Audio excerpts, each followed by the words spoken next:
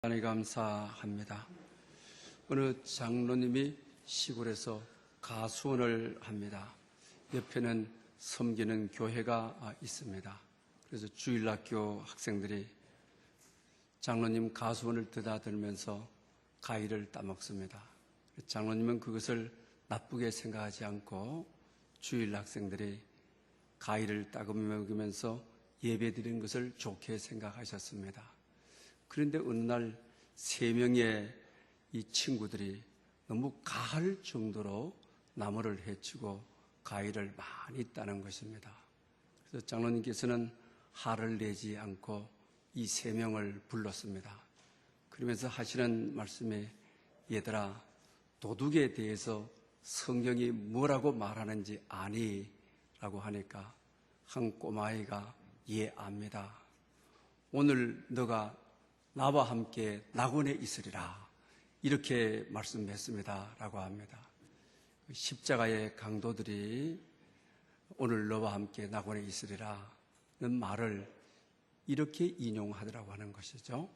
오늘 이 시대에 죄의식이 없음을 나타내 주는 말입니다. 오늘은 특별히 애통회개 복음이라 우리가 죄의식에 대해서 애통하고, 그리고 또 회개의 복음이 우리에게 임하기를 원하는 마음으로 이 말씀을 증거합니다. 특별히 이번 금요일부터 우리가 다니엘 기도회를 가지게 됩니다. 그러면 매일 우리가 저녁 8시, 그리고 모든 21일 동안 주일날도 마찬가지고요, 우리 8시에 모여서 우리 기도회를 하는데, 이번 이 기도회를 통해서 하나님께서 정말 우리의 죄를 회개하고, 그리고 복음이 본물처럼 터져나오는 그런 역사를 경험하는 여러분 될 수 있기를 바랍니다. 우리 인도 선교사님의 간증 가운데 그런 내용이 있습니다. 선교사로 가서 복음을 증거하다가 교회 바깥에서 빙빙 돌면서 교회를 어렵게 하는 한 청년이 있었습니다. 그리고 여러분들이 신방을 하고 권면을 했지만은 듣지를 아니하는 겁니다.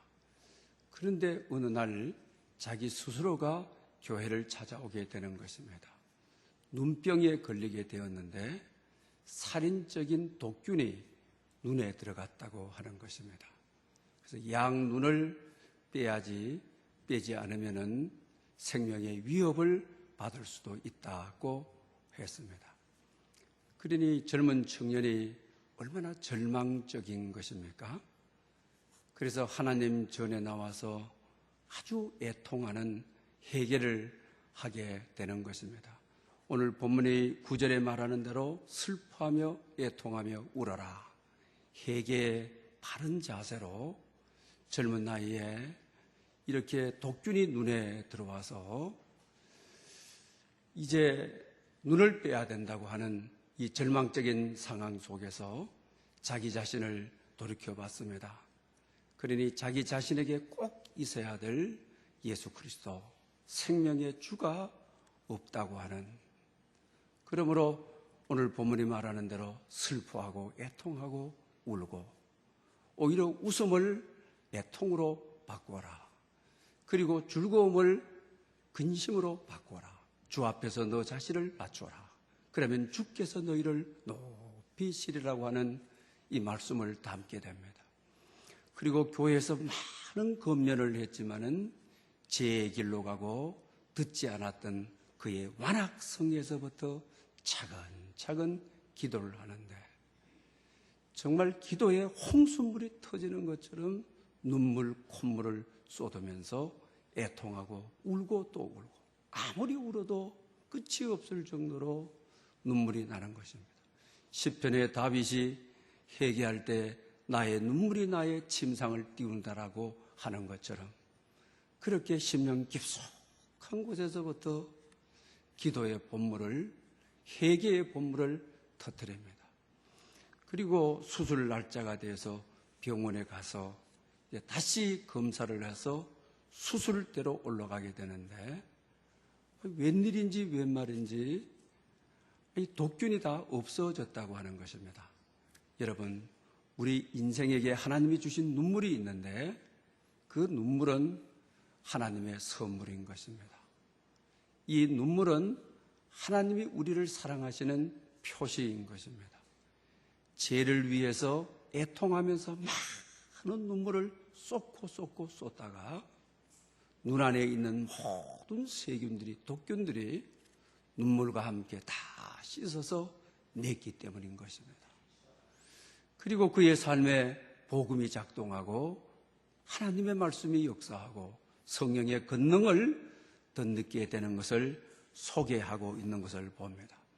이번 우리가 다니엘 기도를 통하여서 정말 애통, 슬퍼하고 울어라 라고 하는 것처럼 회개의 눈물을 쏟음으로 이 눈물이 우리의 모든 죄악을 씻고 허물을 씻어내고 그리고 하나님께서 복음의 능력으로 우리를 높여주시는 경험, 이 은총이 시간마다 순간순간마다 임하기를 원합니다. 애통이라고 했을 때 우리 사전을 보면 그러죠. 아주 슬퍼서 가슴으로 아파하는, 이것을 우리가 애통, 이 두 가지 단어가 버무려져서 된 말이죠. 슬픔과 아픔이, 이것을 가지고 우리가 애통이라고 말을 하는 것입니다. 예수님께서 산상수훈을 가르치면서 팔복에 대해서 가르치는데 그 두 번째 복이 애통하는 자는 복이 있나니 저희가 위로를 받을 것이며, 아멘. 애통하는 자가 복이 있다. 우리가 이 말씀을 여가 과정을 거치지 않고 해석 과정을 거치지 않고 들었을 때는 아주 역설적이죠. 때로 우리가 성경을 읽다가 말씀을 듣다가 역설적이어서 해석 과정을 거치지 않고 이해되지 않는 경우가 많죠. 그리고 기뻐하라 복이 있으리라, 이거 우리가 이해가 되어지는데요. 웃으라 복이 있으라, 이해가 되어지는데요. 그런데 예수님께서 팔복을 가르쳐 주면서 아주 슬퍼서 가슴이 메이도록, 가슴이 찢어지도록 아파하는 눈물, 복이 있다, 행복하다. 사실 우리가 이 복이 있다라는 말이 이 뒤에 나옵니다만은, 그러나 이 원서에서는, 그리스 원문에서는 행복한 자여라고 애통하는 자, 이렇게 말씀하고 계시는 것을 봅니다. 이 말씀은 우리가 어디에 어울리는 말씀입니까? 우리 장려식장에 갔을 때 어울리는 말씀이죠. 장려식장에 가게 되면 사랑하는 사람을 앞세우고 또 사랑하던 엄마 아빠를 앞세우고 또 원치 않게 자식을 앞세워야 하는, 그렇기 때문에 그 장려식장은 슬픔이 가득한 곳이죠. 그리고 너무 아파, 너무 힘들어서 아픔이 같이 상존하는 곳이 그곳이죠. 우리가 그곳에 가가지고 애통이 있는 곳이니까, 슬픔과 아픔이 아울려서 있는 곳이니까 당신에게 복이 있습니다, 이렇게 말할 수는 없는 것 아닙니까? 그러니 우리 마음에 와서 닿는 것은 실존적인 면에 있어서는 아주 이해하기 힘들고 아주 너무 역설적이고, 또 뿐만 아니라 우리 삶에 있어서의 납득이 안 가는 경우가 많이 있죠. 그러면서 슬프고 아픈 것이 복이 있다, 정말 행복한 것이다, 그 이유는 하나님의 위로의 축복이 있기 때문이다, 이렇게 말을 합니다. 그러나 실제 우리가 인생을 살아보게 되게 되면 믿음의 차원에서 이 말씀이 진리인 것을 합리적으로, 이성적으로 우리에게 마음에 와서 닿지를 않을 수가 있지만은, 그러나 믿음의 차원에서 우리가 인생을 살아보게 되게 되면 정말 슬퍼하는 자, 애통하는 자, 오늘도 아침에 너무 슬퍼하고 애통하는 분을 찾아오셔서 대화를 들으면서 너무 아파하시고 너무 슬퍼하시고 너무 힘들어하시는구나 하는 것을 느끼게 되었습니다. 그러면서 하나님께서는 위로의 축복이 있을 것이라고, 하나님의 위로가 있을 것이라고 가르쳐 주는 것을 보게 되는 것입니다. 우리 인생을 살 때 중요한 명제가 있죠. 너나 나나 우리 모두에게 예기치 않는 슬픔이 찾아온다는 것, 예기치 않는 아픔이 찾아온다는 것. 누구에게나 다 이게 정말 인생을 살아갈 때 알고 살아가야 될 내용인 것이죠. 의사이면서 우리가 선교 활동을 하고 전도사 역할을 하는 스카팩이라고 하는, 그러면서 정치계에 등장을 해서 일하기도 하는 그는 우리 인생에 중요한 명제가 있다.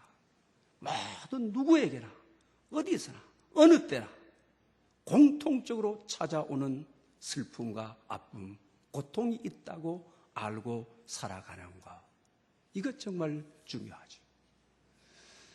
그렇기 때문에 누가 될지를 모르는 거죠. 그러나 우리 인생에 또한 슬픔에 가득할 때, 아픔이 너무 클 때 위로라고 하는 것, 위로의 은혜, 위로의 축복이 참 귀중하죠. 다시 일어서게 하는 힘, 다시 새 출발을 할 수 있는 힘, 다시 일어나 하늘을 향하여 갈 수 있는 용기. 여러분 가운데 정말 아픔이 가득한 분들, 삶 속에 슬픔이 가득히 고여 있는 분들, 너무 하루하루를 살아가는 것이 애통한 삶을 살아가고 있는 분들, 성경은 분명하게 우리에게 약속하는 바가 하나님의 위로가 있을 것이라고, 다시 일어날 힘과 용기를 우리에게 주시는 하나님이라고 하는, 오늘 이 아침에 정말 이 위로의 하나님을 아무리 지쳐 쓰러져도 다시 일으켜 세우소서 걸으라 하시는 하나님의 음성을 듣는 여러분들 될 수 있기를 바랍니다. 또 이 애통은 우리 삶의 긍정적인 효과들이 참 많이 있죠. 특히 예술을 하는 분들은 인생의 큰 아픔과 큰 고통, 이 인생의 큰 슬픔에서 이걸 이기고 새로운 명작들이 나오게 되지 않습니다. 베토벤도 마찬가지 아닙니까? 그는 음악가로서 듣지 못하는 듣는 능력을 잃어버리는 것이죠. 얼마나 절망적인 것입니까? 얼마나 아파하고 얼마나 슬퍼해야 될 내용인 것입니까? 음악가로서의 운명을 다 버리는 것 아닙니까? 그러나 그때 그는 합창이라고 하는 9번 교향곡을 발표하지를 않습니까? 세계 최고의 명작을 발표하게 되는 것이죠. 때로 우리 인생의 큰 고통은 우리 인생의 명품을 만들어내는, 우리 인생의 명작을 만들어내는 경우가 많이 있죠.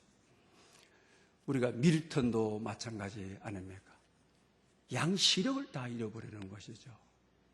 정말로 애통해야 될 일이죠, 작가로서. 그런데 오히려 앞을 못 보게 되자 신라견월이라고 하는 영적인 명작을 세상에 드러내게 되는 것이죠. 오히려 고통이, 우리 인생의 삶의 아픔과 슬픔이 오히려 우리 인생을 아주 아름답게 하는, 우리 인생을 가장 유익하게 하는 하나님의 현상을 다시 회복하는 명품 인생이 되게 해 주시는 하나님의 역사를 우리가 보게 되는 것입니다. 몇 년 전에 야간 배달부 김성일 씨, 우리 기사 TV 보면서 많이 울었죠. 대학 성악과를 들어갔습니다. 그런데 등록금도 냈습니다. 근데 어머니가 병환으로 쓰러지고, 그리고 가정을 자기가 돌봐야만 되기 때문에 학교를 포기하고 야간에 야식을 배달하면서 오토바이 막 드릉드릉 해놓고 그냥 그의 뜻을 이루지 못하였던 정말 애절한 아주 슬픔과 자기 인생의 아픔을 담아서 노래하고 뛰어다니지를 않습니까? 넬슨 도르마라고 하는 최고의 곡을 최고의 아름답게 불러서 어떤 성악가보다도 아름답게 불러서 우리가 TV와 신문들을 통하여 그의 사정을 알고 그를 지원하는 분들이 많이 생겨서 결과적으로 음악을 제대로 공부하게 되는 코스에 오르게 된 이야기 아닙니까?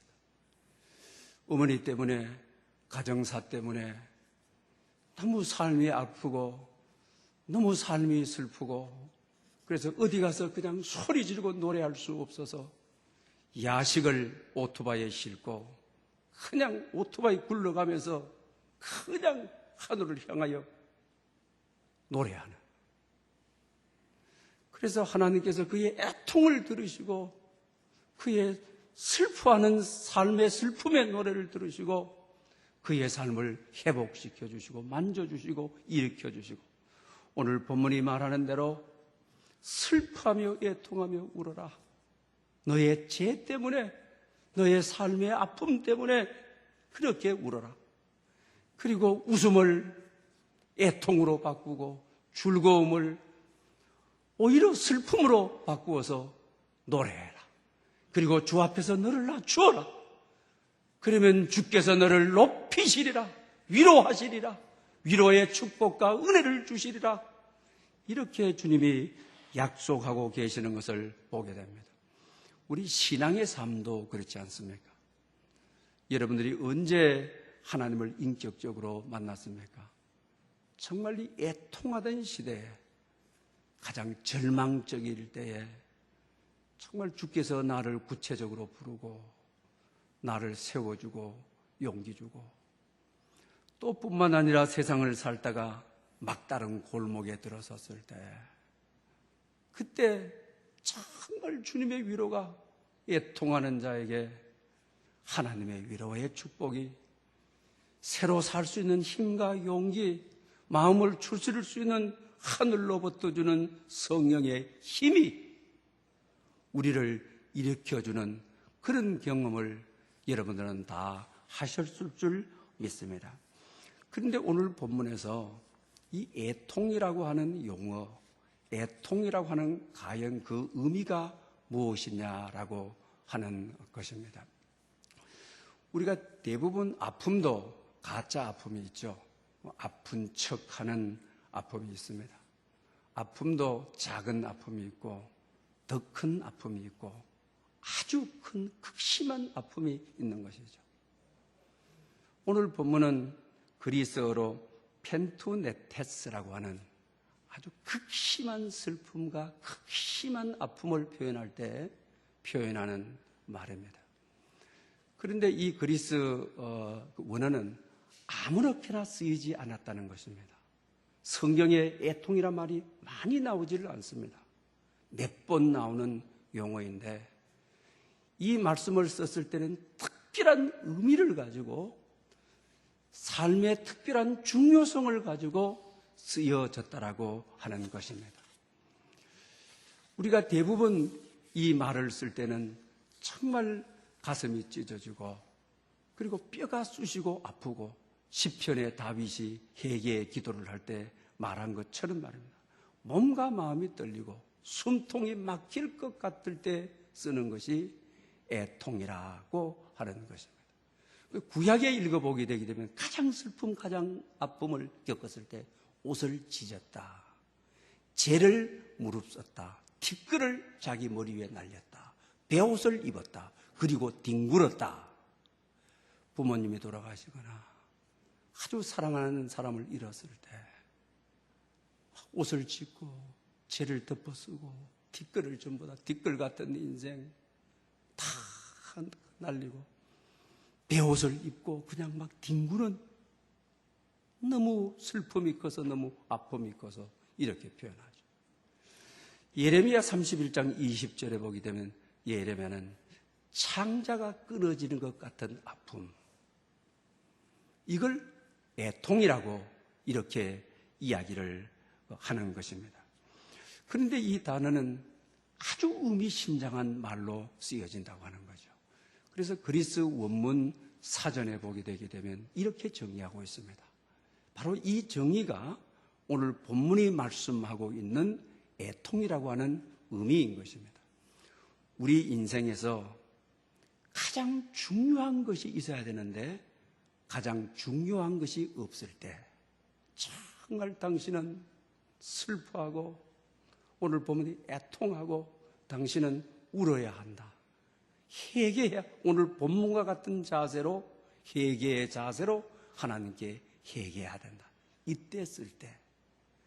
그리고 우리 인생에 없어야 되는데 이것이 내게 있어가지고 내 삶을 파괴하고 내 삶의 풍요로움을 없애는, 내 삶에 없어져야 되는데 이거 없어지지 않고 내게 붙어 있어서 내 삶을 힘들게 하고 내 삶을 피곤케 하고 이럴 때 오늘 본문이 말하는 대로 당신은 정말 슬퍼하고 애통하고 울면서 하나님께 회개해야만 합니다. 그럴 때 회개의 복음의 역사가 나타나고 회개의 능력이 나타나고 말씀의 권능이 나타나고 우리가 풍성한 삶을 살 수가 있다고 하는 것입니다. 그렇다고 한다면 여러분, 내 인생에 꼭 있어야 될 중요한 거, 내게 없다. 여러분, 그것이 뭐라고 생각하십니까? 내게 반드시 있어야 될 필수적인 상황, 내게 모든 것이 되는, 내 삶의 지추가 되는, 이것이 없으면 구원도 없고 영생도 없는 모든 인생에 있어서의 가장 중요하게 소유해야 되는 것, 그게 뭐입니까? 복음이죠. 정말 복음이 당신에게 없다면, 그리스도가 당신에게 없다고 한다면 당신은 애통해야 합니다. 정말 당신은 슬퍼해야 되고 아파해야 되고 울어야 되고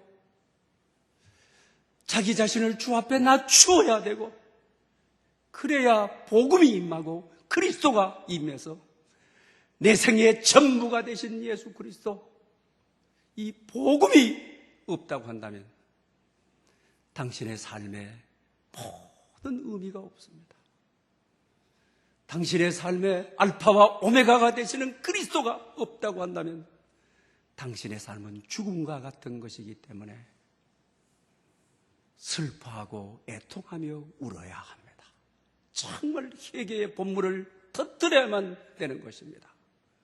그걸 말하고자 하는 것이죠. 복음이 여러분 무엇인 것입니까? 예수 그리스도가 나를 구원하시기 위해서 이 땅에 오셨다고 하는, 예수 그리스도의 십자가가 나의 죄를 없이 하시기 위해서라고 하는, 예수 그리스도의 부활이 주님이 첫 열매가 되고 그 다음은 나를 분명히 부활시켜 주시겠다고 하는 확신, 증거, 이게 복음인데 내가 이 세상에 왜 왔는지, 어떻게 살아야 되는지, 어디를 향하고 가고 있는지, 내 생애에 반드시 있어야 될 복음, 그리스도, 이것이 없다고 한다면, 이것이 희미해 간다고 한다면 정말 당신은 회개함으로 회개의 복음이 임해야 되는 것입니다 라는 것입니다. 로마서 1장 16절부터 17절에 그랬죠. 이 복음은 모든 믿는 자에게 주시는 하나님의 구원의 능력이다. 복음이 없으면 죄와 사망에서, 지옥의 형벌에서 나를 구원해 줄 큰질 힘이 없는 거죠. 세월이 지나고 나이가 들면 들수록 이 복음이, 내 육체는 후패하나 내 영혼은 날로 복음이 새로워져야 하늘문이 열려지는 것이죠. 정말 하늘의 위로가의 축복이 임하는 것이죠. 그 다음에 또 하나는 여러분, 무엇입니까? 이 복음은 하나님의 의가 나타나서 믿음에서 믿음으로 이루게 하나니 오직 의는 믿음으로 말미암아 살리라. 내 힘으로 믿음으로 살 수가 없어요. 내 의지로 믿음으로 살 수가 없어요. 복음에는 하나님의 의가 임해서 믿음에서 믿음에 이루게 믿음으로 살 수 있도록 이 험악한 세상, 슬픔과 아픔이 가득히 깃들어 있는 세상에 믿음으로 살 수 있도록 하는 것이 복음의 능력, 복음이 임해야 되는 것이죠. 이것이 당신에게 없다고 한다면 애통하십시오. 하나님 앞에 우십시오. 그래서 복음이 임해야 되는 거죠. 그 다음에 여러분, 진짜 내 몸에 없어야 되는데 내 영혼에 정말 이 가치 없는 것인데 내 영혼의 자리를 탁 잡아가지고 양보하지 않고 나를 통치해가는 거, 그게 여러분 뭡니까? 정말 내 마음과 영혼에 깃들면 안 되는데, 하룻밤이라도 유숙하면 안 되는데, 그게 뭐예요? 죄지요. 죄는 우리 안에 오게 되게 되면 통치력을 가져가지고 로마서에 죄의 종이 된다. 죄가 얼마나 강한 힘을 가지고 있는지, 통치권을 가지고 있는지. 마음은 선을 행하기를 원하는데 죄가 나를 다스려, 죄가 나를 이끌어, 죄가 나를 지배하여 죄 가운데로 나를 데리고 가버리니 말입니다. 정말 우리는 죄의 문제를 해결하지 않으면 안 되는 것이죠. 죄의 문제를 해결해야 되는 것이죠. 그래서 예수님은 십자가에 우리의 죄를 위하여 돌아가셨습니다. 그리고 우리에게 남겨둔 목은 회개하고 복음을 믿어라. 우리에게 남겨둔 몫이 회개라고 하는 것입니다. 죄의 문제를 해결하지 않고 어떤 위로의 축복도, 은혜의 축복도 우리에게 임할 수가 없다는 것입니다. 그러므로 네 죄를 바라보고 오늘 본문이 슬퍼하고 애통하고 울어라. 그러면 주께서 너를 높이셔서 위로의 축복이 있게 될 것을 약속합니다. 왜 그렇습니까, 여러분? 로마서 1장 15절에 보면 그러죠. 너가 손을 펼지라도 내가 내 얼굴을 가리우고 너가 많이 기도할지라도 내가 듣지 아니하리니 너희 손에 피가 가득함이라. 죄가 가득함이라. 죄의 문제를 해결하지 않고, 죄를 해결하지 않고 하나님 이것도 주십시오, 저것도 주십시오, 사업도 잘 되게, 자식들도 잘 되게, 나라도 잘 되게. 아무리 손을 펼지라도 야, 보기도 싫다, 얼굴을 가려버린다고 많이 기도하고 철하고 금식하며 많이 기도하는데 듣지도 아니하신다. 왜? 회개하지 않아서. 그래서 사도행전을 읽어보게 되게 되면 초대교회에 회개가 모든 문제를 여는 열쇠지요. 성령이 충만히 임재하는 열쇠가 회개이죠. 초대교회의 열린 문이 회개의 문인 것이죠. 이번 여러분 다니엘 기도를 통하여 왜 하늘문이 열려지지 않고, 왜 하나님께서 응답해 주지 않고, 우리 한 사람이 한 사람이 회개의 문이 열려지는, 성령께서 회개의 문을 열어주시는, 오늘 본문이 말하는 대로 슬퍼하고 애통하고 우는, 그래서 하나님이 여러분들의 소원을 들어주시는, 여러분들을 높여주시는 위로의 축복이 있는 여러분 될 수 있기를 바랍니다. 또 뿐만 아니라 우리 이사야 59장 1절에서 3절에 보게 되면 그런 말씀을 하고 계시는 것을 보게 되죠. 여호와의 손이 짧아 구원함이 못하심이 아니다. 여호와의 귀가 둔하여 듣지 못하심이 아니다. 너희의 죄악이 너희와 너희 하나님 사이를 갈라놓아.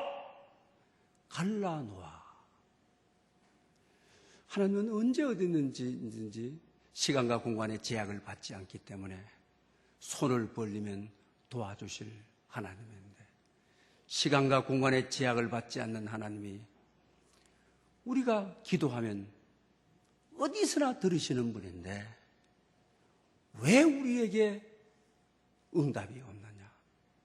복음의 역사가 없느냐? 말씀의 능력과 성령의 권세가 왜 없느냐? 너희 제약이 너희와 너희 하나님 사이를 갈라놓아 그가 그 얼굴을 가리워서 듣지 못하게 하심이니라. 성경은 이렇게 말하고 있는 것을 봅니다. 여러분, 가장 우리 삶의 시급한 요소가 내게 없어야 될 것인데 내 몸에 자리 잡아서 나를 붙잡고 놓아주지 않는 이 죄, 이거는 회개함으로 오늘 본문에 마귀를 대적하라, 죄가 우리를 주인 노릇하기 위하여 죄가 나의 통치자가 되어 나를 이끌어갈 때 회개함으로 대적하는, 그래서 하나님께서 우리를 높여주시는 하나님의 위로가 넘치는, 이번 이 다니엘 기도를 통하여 하나님의 놀라운 위로의 축복이 삶의 아픈 문제, 삶의 슬픈 문제, 이 모든 문제를 해결해 주시는 이 은총을 경험할 수 있는 여러분 될 수 있기를 바랍니다. 그런데 우리가 위로가 없는 그런 애통이 있는 경우가 우리가 성경에서 많이 보게 되는 것이죠. 특별히 우리 욕심을 위해서 기도하고 이기심을 위하여 기도할 때 하나님의 위로의 축복이 없는 것이죠.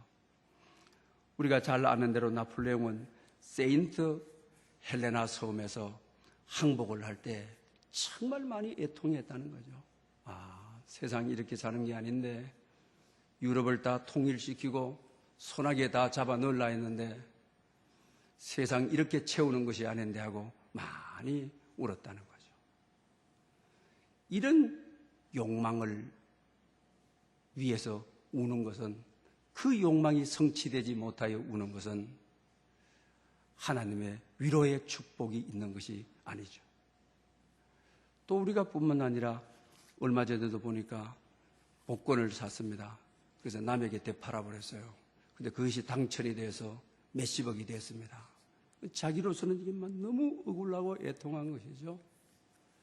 그러나 소용없습니다.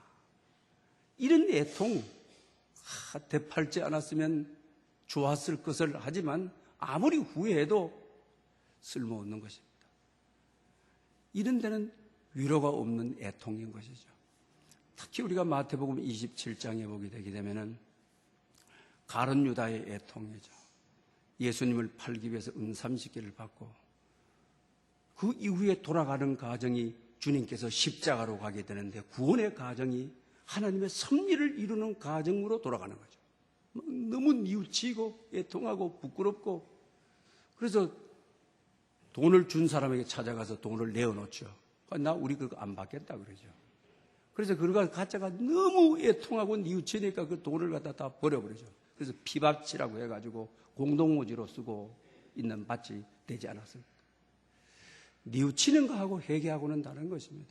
뉘우치는 것은 죄를 아파하고 자기 죄를 바라보고 애통해하면서 하나님께로 나아가는 것이 애통인 것입니다. 이런 애통에 하나님의 위로가 있는 것이죠. 창세기 4장에 보게 되면 가인과 아벨에 대한 내용이 기록되어 있는 것을 봅니다. 죄 없는 가인의 아벨을 죽이게 되는 것이죠. 그리고 나서 그 죄의 결과가 너무 두려운 것이죠. 겁이 나게 되는 것이죠. 그러면서 늘 그는 그렇게 고백합니다. 내 죄의 벌이 너무 중하여 견딜 수 없나이다. 하나님께 예배를 잘 드리는 동생을 죽이고 내 죄의 벌이 너무 중하여 두려움이 뉘우치기는 뉘우치는 것인데 하나님으로 나가는 후회하는 것과 회개하는 것은 다른 것이죠. 너무 아파하는 것이죠. 그렇지만 성경은 그런 것은 위로가 없는 애통이라고 말하고 있는 것을 보게 됩니다.